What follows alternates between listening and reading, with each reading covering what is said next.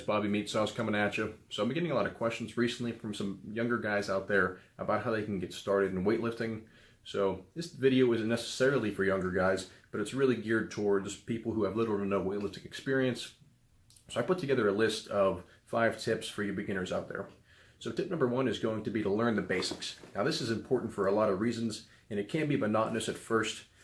You want to get into the gym and get 24-inch biceps. I understand that. I was the same way. But before you can get 24-inch biceps, you have to learn how to do the basic exercises.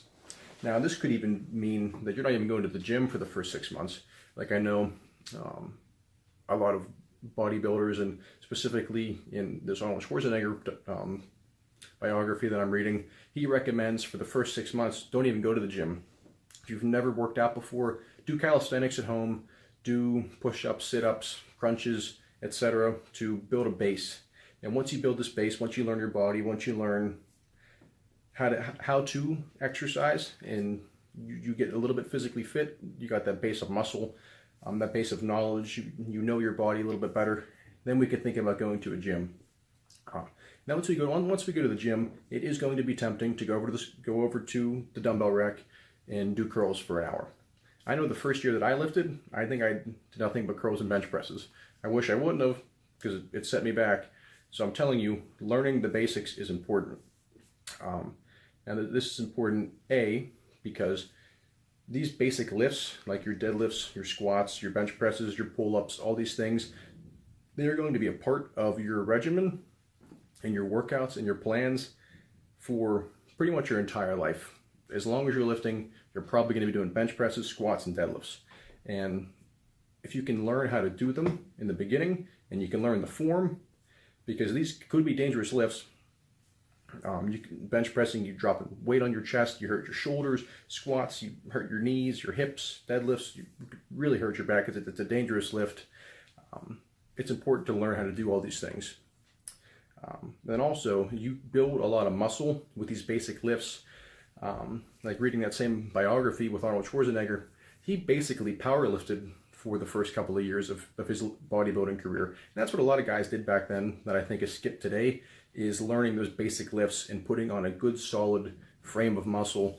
Because like the way Arnold puts it is, if we can put a lot of mass on the frame in the first couple of years, and then after that we'll use our finer tools to chisel down this large frame into a more beautiful piece of art, that's a more efficient way. If you try to put little details on as you go, it's not real efficient, and it's not going to look right. So it's important to do these big lifts, move a lot of weight, not at first, but eventually use these lifts to move some poundage, and you're going to put a lot of size on. Because in the first couple of years, you can pretty much look at weights and you're going to get bigger and stronger. So that's tip number 1, learn the basics. Tip number 2 is eat, and it's in all capitals for a reason. Eating is the biggest part of putting on size. And I can't stress that enough, and it should be a balanced diet. Unless you have some sort of defect where you can't eat certain things, I recommend eating a very well-balanced diet.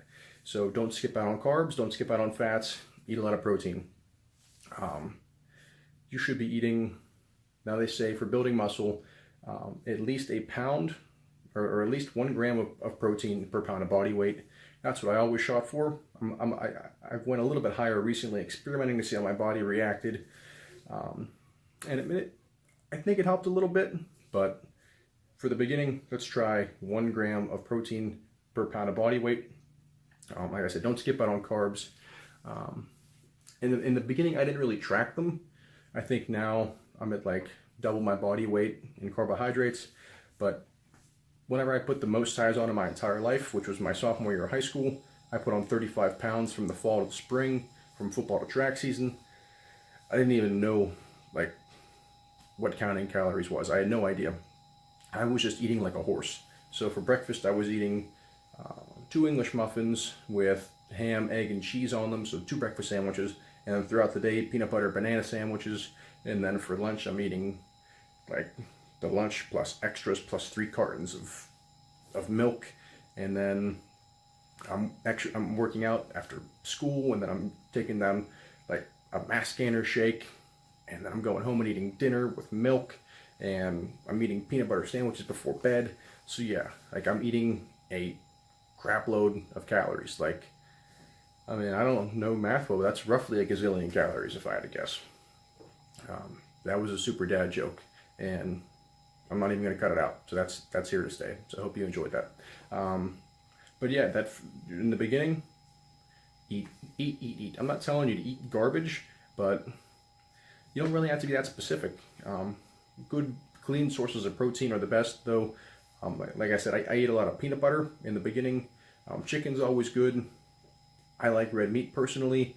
I know a lot of people are big on red meat, but there's also people who are all chicken. So you have to figure that out for yourself. But in the beginning, dude, just eat. Anything you can get your hands on, eat. Because it's not going to matter that much in the beginning, honestly.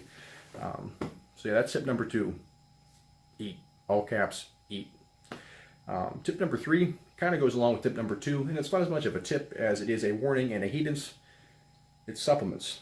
This is the single thing that I get the most questions about is, Bob, what pre-workout are you taking? Bob, what kind of protein should I take? What sort of amino acids? What kind of creatine? Honestly, man, the first 2 years that I weightlifted, I didn't know what creatine was. I didn't know what pre-workout was. I didn't take a protein supplement. I didn't take a multivitamin. I didn't take anything. Like I said at the beginning, you're going to look at weights and you're going to look at food and you're going to put size on. So it's really not that important to be taking the supplements. If I had to tell you to take one, tell you to take a multivitamin. I tell everybody that. I would tell a 5-year-old to take a multivitamin, and I would tell an 80-year-old woman to take a multivitamin. If they both walked into GNC and they asked, what should the one thing that I take be? And that's only because, and this is going to sound like a GNC pitch, because it is, 93% of Americans are not getting their daily vitamin and mineral requirements via their diet, so they should supplement with a multivitamin, preferably a GNC Mega Man multivitamin. Yeah, that's a GNC pitch, but it's also a fact. So if you're going to take one in the beginning, I'd say a multivitamin, but really in the beginning it's not super important to be taking supplements. Eventually, down the road, you get a year in, maybe your gains slow down.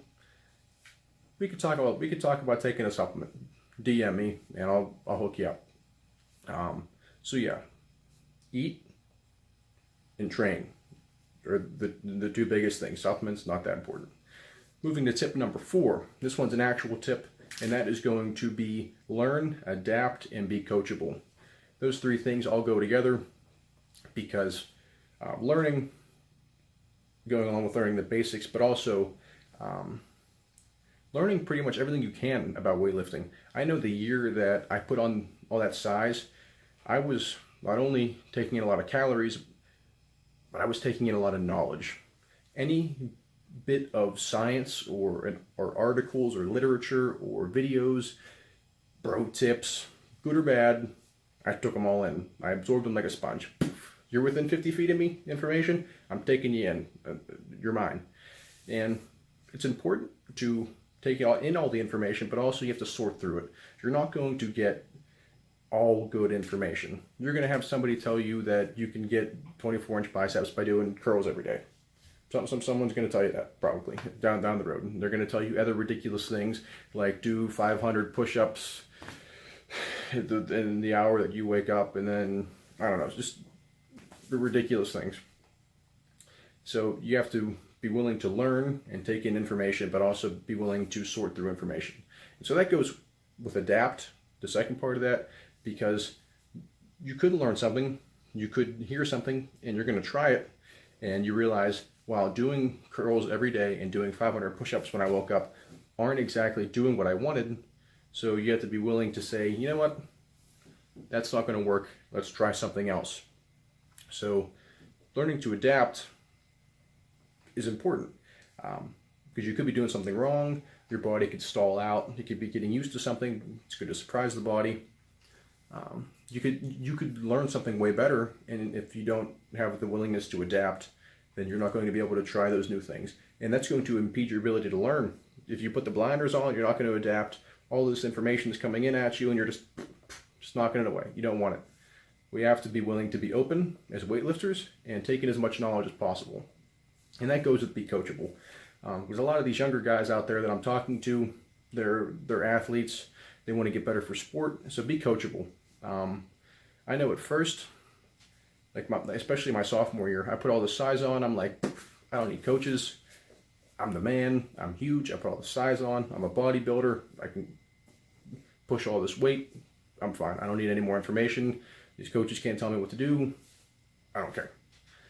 Well, as I got older, I went through high school, I realized, no, dude, you're an idiot. You don't know everything. And you're not even training for sports. Like, I got yoked, but I couldn't run. I couldn't push people around on a football field. I was too muscle bound. So whenever I was able to learn how to train like an athlete, and I adapted to train like an athlete, and I was coached by trainers and coaches who knew all these things, my performance skyrocketed. So we have to have a willingness as athletes and weightlifters to learn, adapt, and be coachable, because this is important. This is going to make or break whether we're going to be the same size our entire lives, and we're not going to make any progress, or if we're going to be someone who is able to progress and keep getting better for the rest of our lives and not stalemate. So that's tip number 4.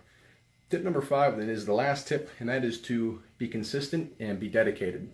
So you could follow all 4 of the first tips for 2 weeks, really, really hard.